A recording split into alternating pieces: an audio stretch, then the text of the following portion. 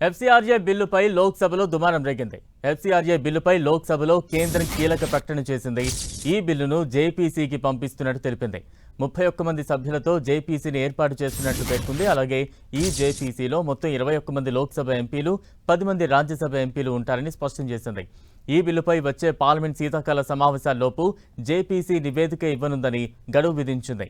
బిల్లుపై కమిటీ పరిశీలించి తదుపరి నివేదిక సమర్పించనుంది. మరోవైపు విపక్షాలు ఎఫ్సీఆర్ఏ బిల్లును తీవ్రంగా వ్యతిరేకిస్తున్నాయి. మైనార్టీలే లక్ష్యంగా ఎఫ్ఆర్సీఏ బిల్లు తెచ్చారంటూ విపక్షాలు ఆరోపిస్తున్నాయి. ఈ బిల్లును తాము వ్యతిరేకిస్తున్నట్లు తెలిపిన కాంగ్రెస్ ఎంపీ కేసీ వేణుగోపాల్ బిల్లును వెంటనే ఉపసంహరించుకోవాలని డిమాండ్ చేశారు. మైనార్టీలను టార్గెట్ చేస్తున్నట్లు ఈ బిల్లు ఉందని అఖిలేష్ యాదవ్ కూడా అభిప్రాయపడ్డారు. మరోవైపు బిల్లుపై ఎలాంటి క్లారిటీ ఇవ్వడానికైనా సిద్ధమని కిరణ్ రిజిజు చెప్పారు. అధికార విపక్ష నేతల వాదనలతో లోక్సభలో గందరగోళ పరిస్థితి నెలకొంది.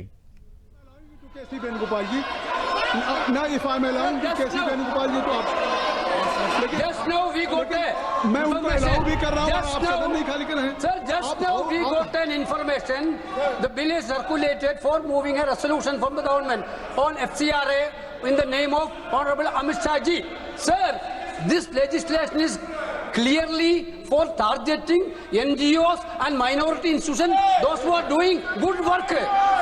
One side, RSS is getting complete donation from the foreign countries. On one side, RSS is getting. On the other side, government is trying to target the minorities and NGOs. The government should withdraw this bill. The government should withdraw this bill. We demand for the withdrawal.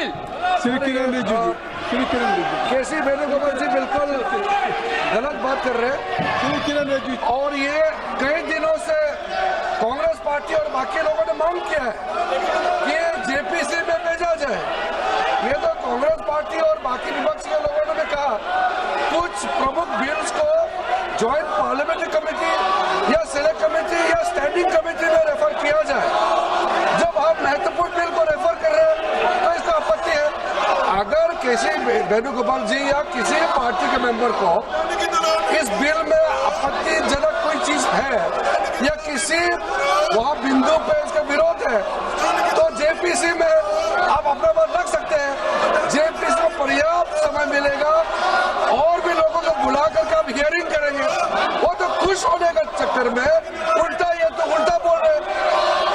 ये तो मैं सोचा कि स्वागत करेंगे।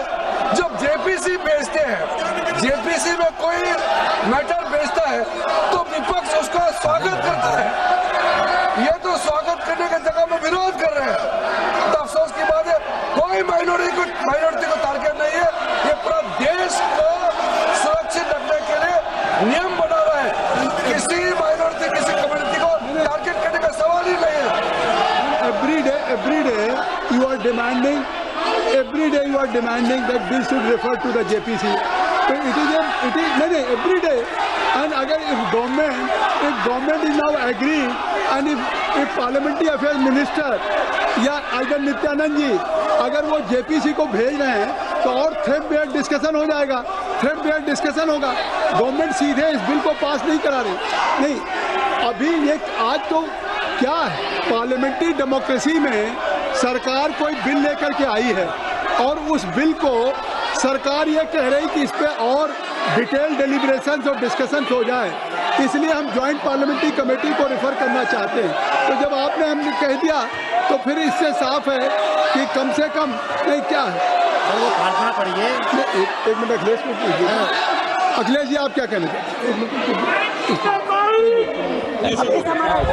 सभापति जी बहुत लड़ने के बाद मुझे मौका मिल रहा है बोलने दिया के तो लिए। समय आपको मुझे तो लग रहा था कि 3 बजे तो बहस शुरू हो जाएगी। नहीं, मैंने समय दिया। 3 बजे तो बाद 2 बजे भी कोई नहीं दिखाई दे रहा है यहाँ पर। धन्यवाद दीजिए ना कि समय सभापति महोदय, जो सरकार एफसीआरए ला रही है इसके खिलाफ में हम पूरे विपक्ष के लोग हैं।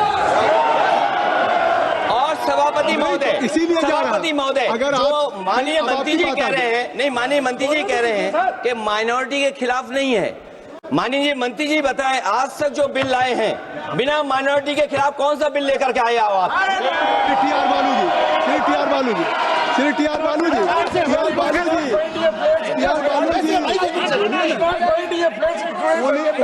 ओनली टी आर बालू जी Suddenly bringing the bill before the House. It has to be withdrawn. I think so that's why government has referred to the JPC. किरण रिजिजू जी, अब सुन लीजिए, if I'm मैं जिम्मेदारी का सब कह रहा हूँ।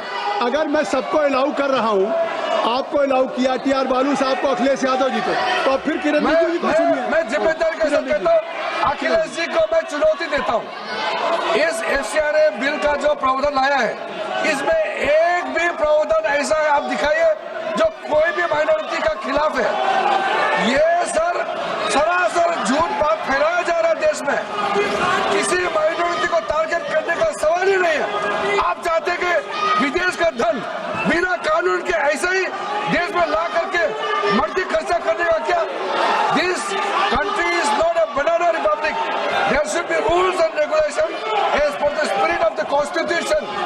There is not a single provision in the proposed FCRA targeting any minority institution.